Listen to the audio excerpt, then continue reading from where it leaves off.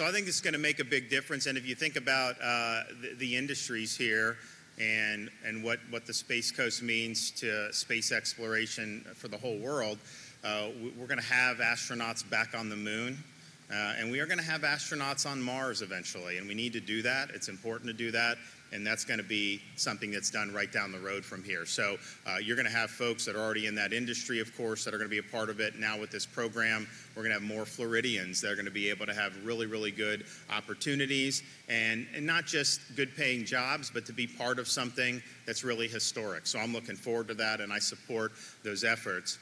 I also was a little bit perplexed when I heard that the president is scrambling to get his cabinet together to try to address the fact that you have governors who are helping to relocate illegal aliens to sanctuary cities. Now, he didn't scramble to get his cabinet together when we had millions of people illegally pouring across the southern border.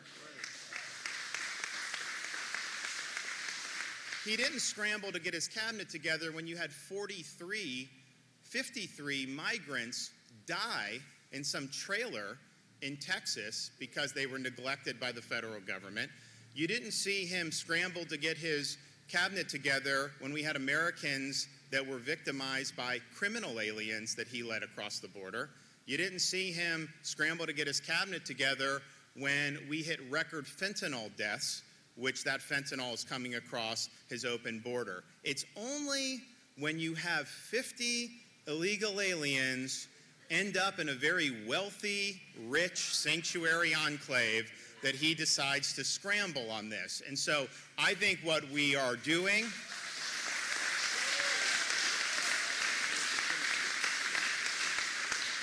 I think what we're continuing to do is use every tool at our disposal to insulate the state of Florida from the negative ramifications of his reckless border policies. And yes, that involves helping with transport.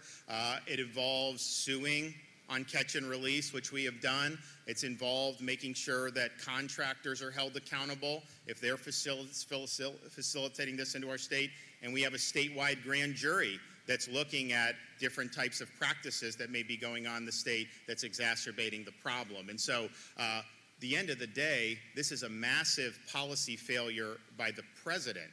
This is a massive and intentional policy that is causing huge amount of damage all across the country, and it's all rooted in a failure to take care that the laws are faithfully executed and to fulfill his oath of office. And so instead of scrambling and worrying about a bunch of rich people and having 50, and oh, by the way, they already bust them out. They're gone. They said we want everyone, no one's illegal, and they're gone within 48 hours.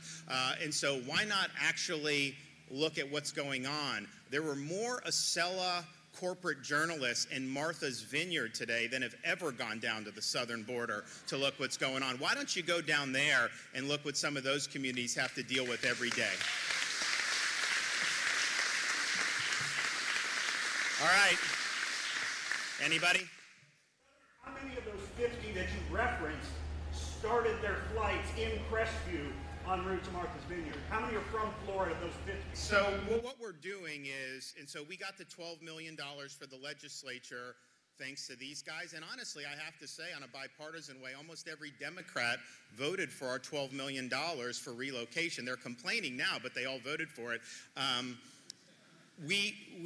So we've done stuff in the Panhandle, but what we found is we haven't seen any major movements of people into Florida like big caravans. The only caravans we saw were people that had H-2A visas. Well, those are obviously legal workers. So we've interdicted people on a onesie-twosie basis, and we said, okay, so we've had people in Texas for months trying to figure out how are these people getting into Florida, what's the movement? And the reality is 40% of them say they want to go to Florida. And so that's a lot, I mean, when you talk about all those people. But the problem is if they're coming in through with like 3 people in a car and they go through, it's hard for us to know because they're just coming into the state like any other car. So if there's not a big movement. So they've been in Texas identifying people that are trying to come to Florida. and then offering them free transportation to sanctuary jurisdictions. And so they went from Texas to Florida to Martha's Vineyard with a flight. There's also going to be buses, and there will likely be more flights. But I'll tell you this, the legislature gave me $12 million. We're going to spend every penny of that to make sure that we're protecting the people of the state of Florida.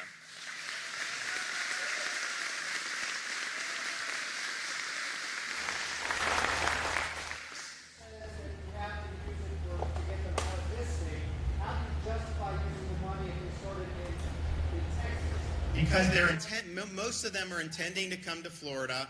They are coming to Florida. We are taking them from Florida to sanctuary jurisdictions. But the issue is, if you want to do it effectively, you just can't police if you have 2 people in a car and there's 100 different cars that come in a different week because it looks like your car or anybody else. And so we've put a lot of emphasis in this. There's been a lot of investigation to try to figure out how this is going. I initially, when I asked for the money, thought Biden was going to be busing because, you know, he has sent midnight flights all around this country. You know, they're complaining about 1 nice flight or 2 flights into Martha's Vineyard. He will dump people in the middle of the night without anybody knowing. They've done it in Florida, they've done it in New York, they've done it in other parts of the country, and so we were anticipating that. In reality, what the federal government's been doing, they're just abandoning these people. So these are people that are just kind of left high and dry. A lot of them are trying to hitchhike. Some of them will pay smugglers to bring them into different states, including the state of Florida. And so our view is you got to deal with it at the source. And if they're intending to come to Florida, or many of them are intending to come to Florida, that's our best way to make sure that they end up in a sanctuary. And why sanctuary jurisdiction? Well, they give them benefits. They do. And so that's likely what they're going to do. Why are we not doing that? Because we're not a sanctuary state, and we want to make sure that we have people here legally. And the thing is, the cost associated, and the thing is yes, the drugs have been catastrophic. There are criminal aliens coming across the border, no question.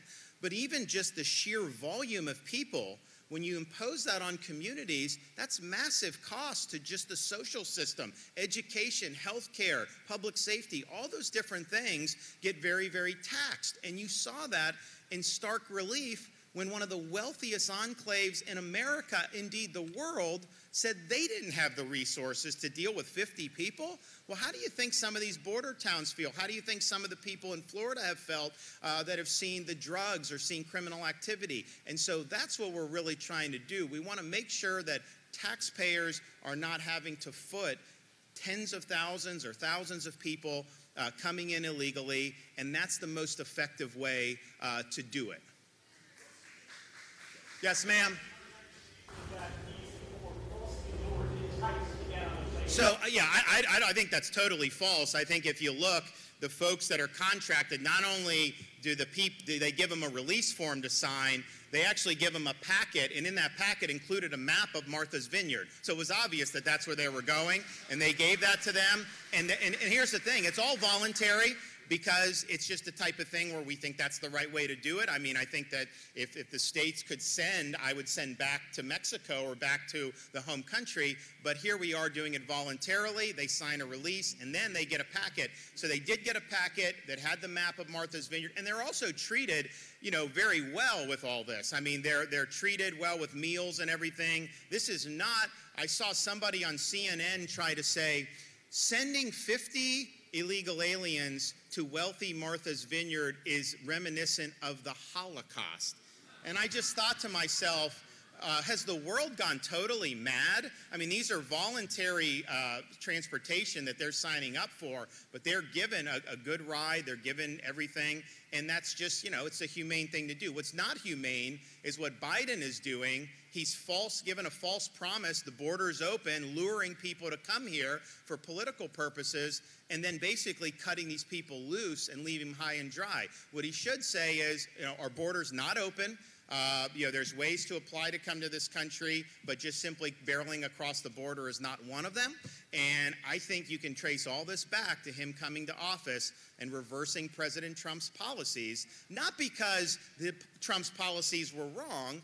It was all just a big virtue signal because they don't like Trump, so they have to do everything the opposite of him. Well, now I think we've seen with New York City and D.C. when they used to beat their chests when Trump was in office saying they were sanctuary jurisdictions, and then the minute Texas starts busing there, then they get very bent out of shape about it. And so let's just do good policy.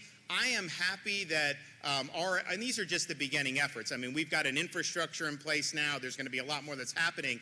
But I'm glad that this has now put this issue on the front burner, because it really should be on the front burner, because this is an intentional policy that is having really negative implications for not just border communities, but for communities all across the country. And I think there needs to be accountability, and we need to make sure that we know, do people stand for a secure border? Do they want to make sure that Florida is not going to be a sanctuary state? And how are you coming out on all those issues? Very important. Yes, ma'am.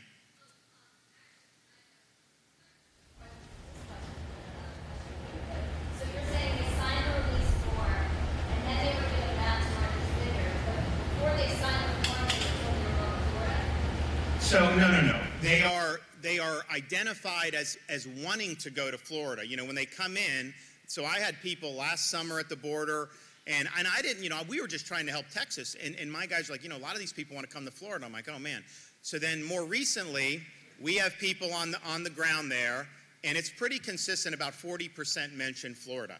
And so what we're trying to do is profile, okay, who do you think is going to try to get to Florida? And if they get in a car with two other people, there's no way we're going to be able to detect that. So you're trying to identify who's most likely to come. And then obviously, if they end up coming to Florida, then that's going to impose a lot of costs on the communities. And so we're trying to avoid that. So that's how you're doing it. They're not told that they're going to stay in Florida. They're told that their ultimate destination, in this case, was up in Massachusetts and with Martha's Vineyard.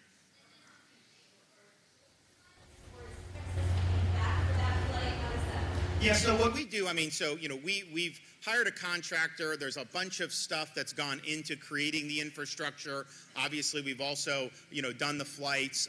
You know, we may collaborate, but I got $12 million for us to use, and so we are going to use it. And you're going to see more and more, but I'm going to make sure that we exhaust all those funds, because I think it's important. I think people want to see that we're actually standing up and trying to protect the state against Biden's really, really reckless policies. For more flights, are there any concrete plans set? So look, these are ongoing things. I mean, you know, so you're going to look, obviously there's going to be buses like Texas is doing. You know, there may be some more flights. You know, Martha's Vineyard is a little bit different because it's an island, so you kind of got to either fly in there or take a ferry. So that was one way to do it. But there's a whole bunch of other places. But I would say that all we're trying to do is offer transport to sanctuary jurisdictions, free to the alien, but certainly not mandatory. And that way they're able to go, and these sanctuary jurisdictions can put their money where their mouth is. They can provide the resources. They can do all of that.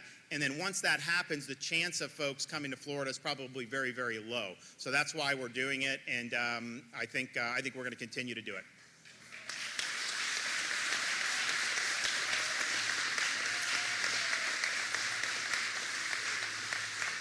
Yes? A lot of these people are talking about all day with this program and all. Is this going to help tie jobs between Kate and Warren County, much more so to Volusia County, and have jobs up here? I think it'll be all of it. I mean, obviously, I think you guys know, if you go to southern Volusia County, there's a lot of people that commute into Kennedy and have done that for a long time. You look at a place like Embry-Riddle and what they offer here. So yes, there's a lot of great opportunities right here in Daytona Beach. And it'll really, I mean, some of this is going to affect Jacksonville, because you've had companies Jacksonville and be in Jacksonville. We'll go all the way down to Indian River and St. Lucie counties with some of this stuff. So I think this whole stretch is primed for a really, really good run. Are you saying that Florida is closed? What's that? Are you saying that Florida's borders are closed to asylum seeking migrants? So no, I mean, I think this is the important thing. So, you know, we have a lot of refugees. I mean, we have people that come from Cuba, they end up in the Keys, and they're seeking asylum, and a lot of them have valid claims. But I think what's happening is the asylum process is being abused because they're trained by activist groups to claim asylum. So you'll have people that are in a whole bunch of safe countries, and they keep going from one safe country to the next, and then try to make an asylum claim in the United States. That's not how it works. And so that's why President President Trump's policy was really the right policy to say, okay, if you're making these asylum claims, most of these are not valid. We know that. I don't think anyone disputes that. So you need to remain in Mexico while you're making the policy, and that's the way it should be. But I would definitely draw a distinction between, some of what we've seen, say, in like southern Florida, where people have qualified for asylum, versus this process that Biden has unleashed, where you really have multiple countries that are safe that you're traversing through just in order to do. And then what they're doing is they're saying you're going to be adjudicated sometime in the future, but then they release them basically into the interior of our country. So ideally, us doing the transport to the sanctuary jurisdictions, ideally that would not be necessary because the people making the claims would remain in Mexico. If there's somebody that really is clearly going to qualify, that's different. But I think you talk to anyone down on the border, it's 95+% are not valid asylum claims. And I don't know, I think part of it is the way it's being enforced. Maybe Congress needs to tweak this because it's not right. And what's going to end up doing, because it's so overwhelming, it's going to cause people, kind of to react in the opposite direction. And there may be people that really do deserve it and merit it, who we normally want, and maybe they will end up getting rejected in the future. So it's really short-sighted, I think, if you really want to help, those relatively small number of people who do qualify. Yes. So the governor of California sent a letter to the Department of Justice saying, you need to prosecute Texas and Florida governors. And all I can say is I think his hair gel is interfering with his brain function.